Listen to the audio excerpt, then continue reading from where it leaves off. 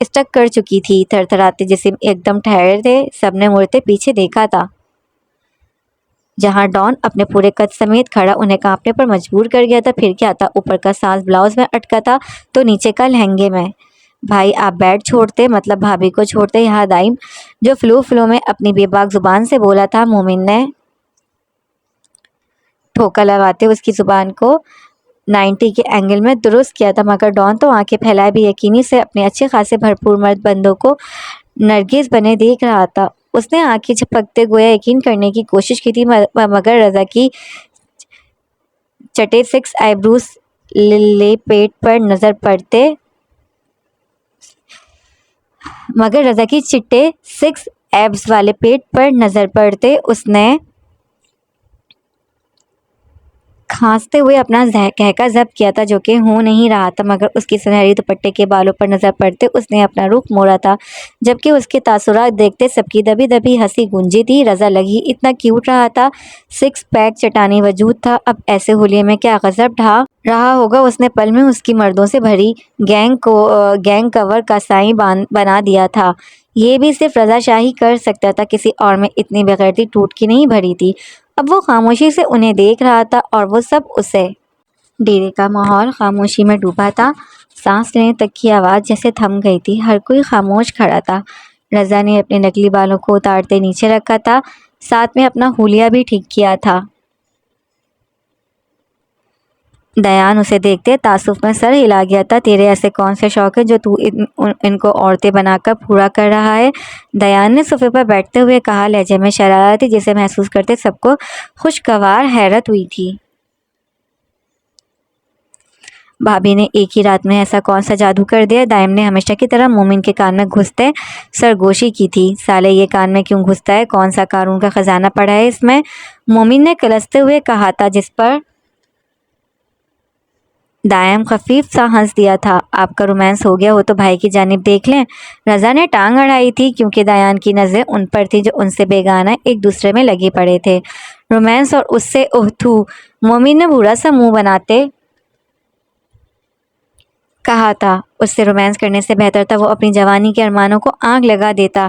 اس کی شکل دیکھتے سب کی ہنسی چھوٹی تھی۔ کیا میں اتنا برا ہوں ماں؟ دائم نے دیان کے گھٹنوں میں بیٹھتے فلم کا ڈائیلاگ بولتے ایکٹنگ کی تھی۔ اتنا نہیں، اتنا۔ رضا نے اس کے کندھے پر ہاتھ رکھتے پہلے اپنی جانب متوجہ کیا، پھر دونوں بازو فل پھیلا کر اسے تیری لگائی تھی جو مقابل کو لگی اور ایسی لگی بہن میرے۔ دائم نے اس کی عورتوں والی حرکت پر روشنی ڈالتے اسے دونوں جینڈر سے مخاطب کیا تھا۔ رضا کا مسکراتا چہرہ پل میں سوکھ رہا تھا جبکہ دیان کو کھانسی آئی تھی اس کے انداز مخاطب پر۔ بھائی آپ تو رستے لگ گئے، اب ان دونوں بزرگوں کا بھی کچھ کریں تاکہ مجھ گبرو جوان کی بھی باری آ سکے۔ رضا نے اس کے گھٹنے دباتے التجا کی تھی جبکہ خود کے لیے بزرگ سنتے دونوں نے ایک دوسرے کو سرتا پیر دیکھا تھا۔ اچھے خاصے ڈیشنگ ہینڈسم تھے وہ۔ ابھی چل شیشے میں اپنی شکل دیکھ کر اپنا موڈ خراب کر اور نکل یہاں سے، دائم نے چٹکی بجاتے ہوئے کہا تھا۔ نکال کر دکھائیں؟ رضا نے آئی برو مٹکا کے کہتے اسے پھر سے تپایا تھا۔ بیچاروں کو دشمن سے زیادہ تو یہ تپا دیتا تھا، اب اس کو تو کچھ کہنے سے رہے تبھی بل دوسروں پر پھٹتا تھا۔ اچھا بس، دیان نے سرد آواز میں انہیں فل اسٹاپ لگایا تھا، مگر وہ کہتے ہیں کتے کی دم کبھی سیدھی نہیں ہو سکتی۔ اپنے رضا کو تھوڑا کتا کہا ہے تو سننے کتے کی دم بھی سیدھی ہو سکتی تھی، مگر رضا نہیں ابھی بھی کھسکتا دیان کے کان کے قریب ہوا تھا۔ ویسے بھی بڑے چمک رہے ہیں، کیا راز ہے؟ رضا نے معنی خیری سے کہا تھا۔ دیان نے تیوری چڑھا کر اسے گھورا تھا جس پر وہ پھر پھدکتا واپس اپنی جگہ پر کھڑا ہوا، معصوم بننے کی ناکام کوشش کر رہا تھا۔ ویسے بھائی عورتیں سن تو لیں۔ رضا کے پھر سے بولنے پر سب نے کلس کر اپنے خونخوار گھوریوں کا رخ اس کے جانب کیا تھا جس پر وہ سرنڈر کرتا بولا تھا۔ میں بول رہا تھا۔ تو کیوں بول رہا تھا؟ دائم نے بیچ میں ہی اسے ٹوکا تھا جس پر وہ کھجل سا ہوا تھا۔ تجھے کس نے کہا ہے کہ تو بول؟ مومن بھی میدان میں اترا تھا۔ رضا تو ہکا بکا انہیں اپنا دشمن بنے دیکھ رہا تھا۔ میں تو کہہ رہا تھا عورتیں بہت معصوم اور سویٹ ہوتی ہیں۔ رضا نے ڈرتے ہوئے اپنی بات مکمل کرتے ہی دم لیا تھا۔ آپ اسے ڈھیٹ بول سکتے ہیں مگر آج بیچارے کا ریکارڈ لگنا تھا، تبھی تو کریولا کی سرد پھنکار نے اس کی جان حلق سے کھینچی تھی۔ ایک تو کم بخت کی آواز میں دہشت ہی اتنی تھی کہ لہروں میں ہلچل مچ جائے۔ رضا نے دل تھامے اپنے پیچھے بلیک ٹریک سوٹ میں کھڑی کریولا کی شکل میں موت کے فرشتے کو دیکھا تھا۔ کریولا کی نظریں دیان کی نظروں میں گڑی تھیں، اس کی آنکھیں بے تحاشا سرخ اور سوجی تھیں جو اس کی تکلیف کا پتہ دیتے اس کے رت جگہ کی چغلی کر رہی تھیں۔ صاف ظاہر ہو رہا تھا کہ وہ بہت روئی ہے، اور رونا تو تھا، آخر اس کا نکاح ہو گیا تھا۔ دل میں کرب سا چھایا تھا، آنکھوں میں شعلے دہک رہے تھے۔ دیان نے اس سے اپنی آنکھیں چڑھائی تھیں، اسے یوں کرتا دیکھ کر کریولا استزایا مسکرائی تھی، دل میں نشتر چبھے تھے۔ مگر مقابل کو شاید کوئی فرق نہیں پڑتا تھا۔ 6 سال کا انتظار تھا اس کی محبت کا، آخر کیسے پل بھر میں ریت کا ذرہ ہوا تھا۔ کیا کہہ رہے تھے اور کون کہہ رہا تھا کہ عورتیں بہت معصوم اور سویٹ ہوتی ہیں؟ کریولا نے نظریں گھماتے سب کی جانب دیکھا تھا، وہ ڈان کا غصہ ان پر نکال رہی تھی، وہ تڑپی تھی کوئی اور کیسے خوش ہو جائے۔ اس نے دائم نے اپنے ساتھ کھڑے رضا کا ہاتھ ایسے بلند کیا تھا جیسے اسکول میں ٹیچر کے سوال پوچھنے پر بچے ہاتھ اٹھاتے ہیں۔ رضا کبھی اس ظالم کو دیکھتا تو کبھی اپنے اٹھے ہاتھ کو۔ کریولا کو دیکھنے کی غلطی اس نے نہیں کی تھی، ورنہ بچی جان اس کی آنکھوں میں دیکھتے ہی نکل جاتی، اور وہ بھری جوانی میں بنا اپنے بچوں کی شکل دیکھے یہ رسک نہیں لے سکتا تھا۔ کریولا قدم با قدم چلتی اس کے پاس آئی تھی۔ رضا اس کے قریب آتے ہی اپنی کمر کافی حد تک پیچھے کی جانب بینڈ کر چکا تھا، جس باعث کریولا اس پر تھوڑا سا جھکی تھی۔ سب آنکھیں کھولے انہیں دیکھ رہے تھے، منہ بند کر مکھی چلی جائے گی۔ دائم کو منہ کھول کر انہیں گھورتا پا کر مومن نے اس کی ٹھوڑی پر چپیڑ ماری تھی، جس پر اس نے ہڑبڑاتے ہوئے اپنا منہ بند کیا تھا اور ساتھ ہی ٹھوڑی کھجائی تھی۔ عورتیں معصوم اور سویٹ ہوتی ہیں؟ کریولا نے نرمی سے پوچھا تھا، اس کی نرمی سختی سے زیادہ خوف زدہ کرتی تھی۔ رضا نے زور زور سے سر ہاں میں ہلایا تھا، اور کیا ہوا اگر عورت مجھ جیسی ہو تو؟ کریولا کی آنکھوں میں صفاقی ناچ رہی تھی، لہجہ کڑواہٹ میں گھلا تھا۔ ظالم، صفاق، سنگدل، اس نے سرگوشی کی تھی۔ اس کی آواز اس قدر سرد تھی کہ سب کو اپنے رونگٹے کھڑے ہوتے محسوس ہوئے تھے۔ واقعی میں اس سے زیادہ کوئی صفاق نہ تھا، وہ تو ہاتھ سے کلیجہ چیرنے کا حوصلہ رکھتی تھی۔ اس کی صفاقی کی مثالیں ان کی دنیا میں ہر زبان کا قصہ تھیں۔ وہ خوف کا ایسا نام تھی کہ خوف بھی خوف زدہ ہو جائے۔ رضا نے لعاب گٹکا تھا۔ کریولا اسے چھوڑتی دیان کی جانب بڑھی تھی، جو خاموشی سے اسے دیکھ رہا تھا۔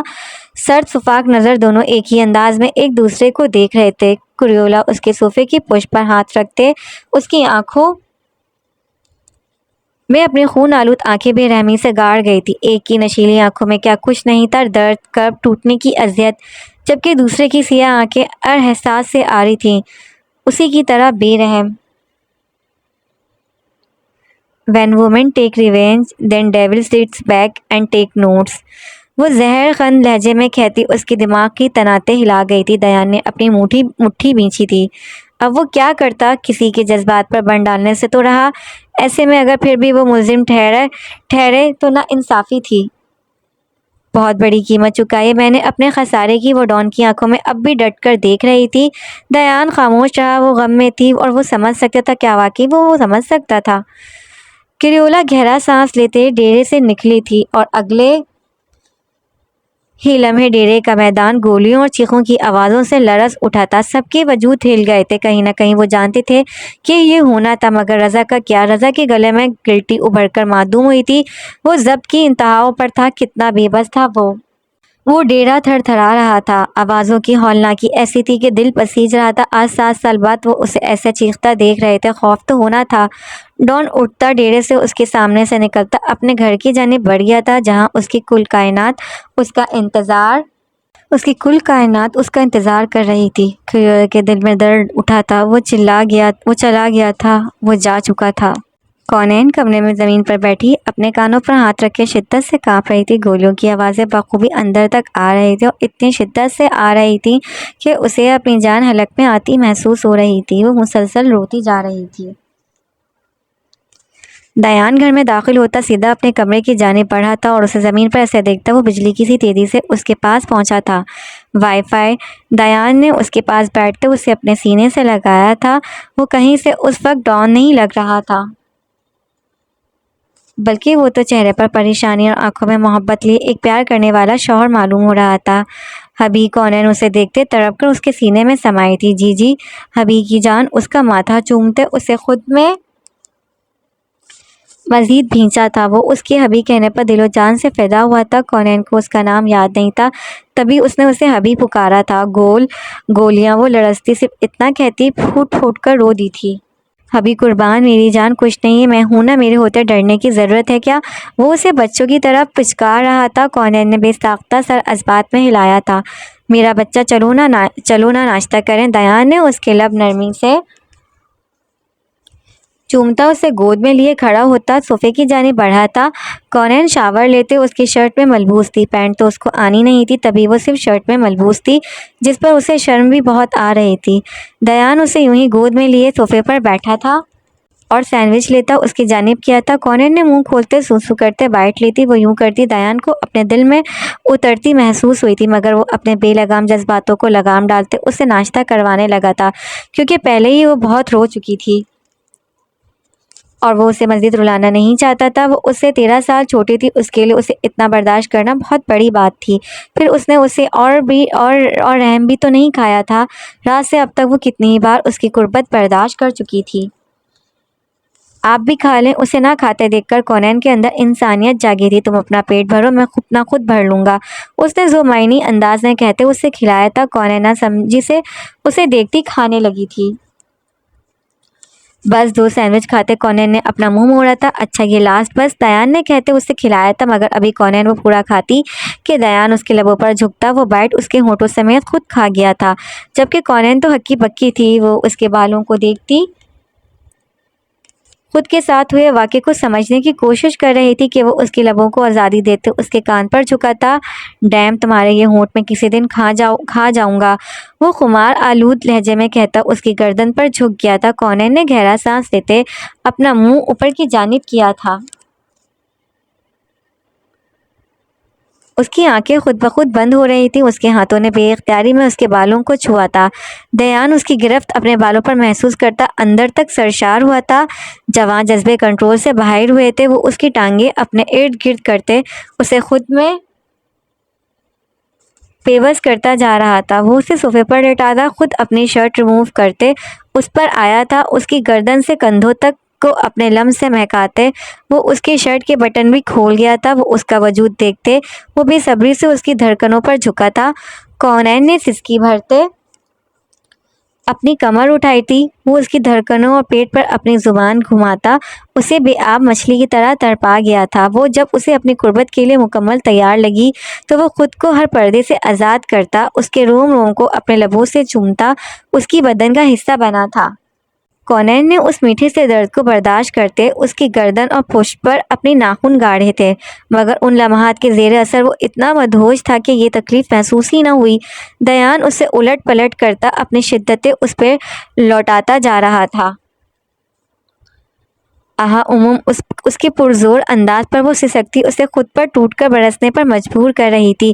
دیان اسے اسی پوزیشن میں اٹھائے بیڈ کی جانب بڑھا تھا اور اس کی کمر کو اپنے بوسوں سے سرخ کرتا اسے اپنے تنگ حصار میں قید کرتا لذت کی دہلیز پر تھا۔